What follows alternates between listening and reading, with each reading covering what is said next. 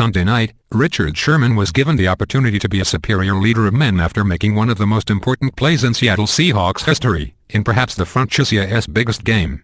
He dropped the ball. This is not as much about what happened as what could happen going forward. We have all already formulated opinions about what Sherman's apology on Monday means. This is about a crack in the door. The light shining through represents a moment in time for Sherman and other superstar athletes. A once-in-a-lifetime opportunity for them to say something, anything that will force the country to think differently. Over the course of the next 3 weeks, Sherman is uniquely positioned to make a powerful, positive impact in the world of sports. Leading up to and after the Super Bowl, his voice will never be more amplified. On Monday, we honored the memory of Dr. Martin Luther King Jr. We were reminded of the power of bravery and accountability. Sherman, along with a few select superstars, can do what most athletes never do. They can tell the world that on the field we can be enemies and off it we can be brothers. Sherman can pare back 24 hours and share how he could have approached the moment differently. He can teach us how a leader acts and takes responsibility. There is no disputing the fact that Sherman is one of the top 5 cornerbacks in the NFL and that without him, the Seahawks will not be where they are. That is precisely why he is uniquely positioned to make such an enormous impact. 99% of pro athletes will never have those ears and eyeballs because they do not have the unique combination of extreme talent, wit, passion and brains as the best player on the best defense in football.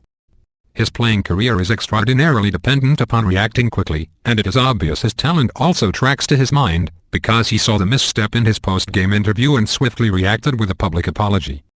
You never had the luxury of being an athlete as good as Sherman. But I remember the stage of the 2004 Elks and World Series. It felt like the universe was hanging on every word uttered by Manny Ramirez, David Ortiz and Pedro Martinez. I remember how any message that Red Sox team, from cowboy up to the idiots, would indeed be heard. Directly after enormous games, when emotion has permeated our systems as fans and we are spent, in our own ways, along with the players, we are most open to and clamoring for inspiration from our heroes. And as players, when we are fresh off the extreme temperatures of confrontation on the field, it is beyond difficult to stay composed. Sherman explained his immediate post-game behavior. Circumflex I ran over to Crabtree to shake his hand, but he ignored me. I patted him, stuck out my hand and said, circumflex good game, circumflex thought as when he shoved my face, and thought as when I went off circumflex.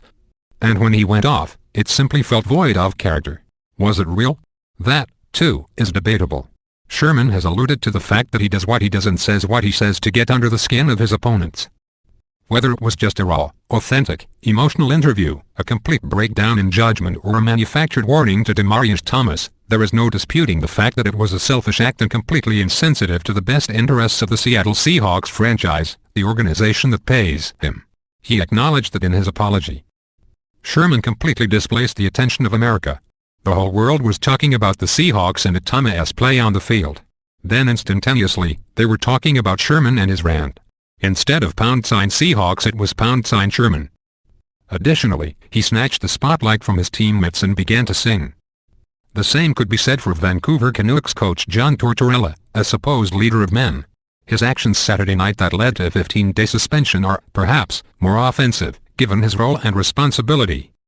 Does he receive less criticism because it is Canada or a regular season NHL game? Or is it an issue of skin? I'd like to think it is the former. The point here is that we care about specific moments in history and about the actions of extraordinarily few men. I've been privy to many athletic environments, both amateur and professional. Teammates in all sports love to be acknowledged.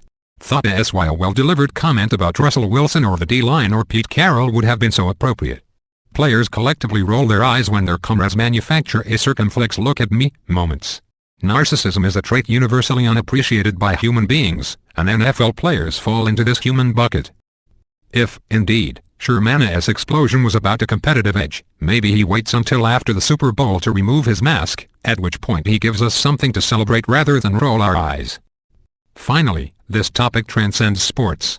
It is about the responsibility, and ultimately the power, that arrives when the volume of an athlete's microphone is turned up so loud that the world's earplugs are rendered ineffective. We will all be there to cheer when that power is used for good.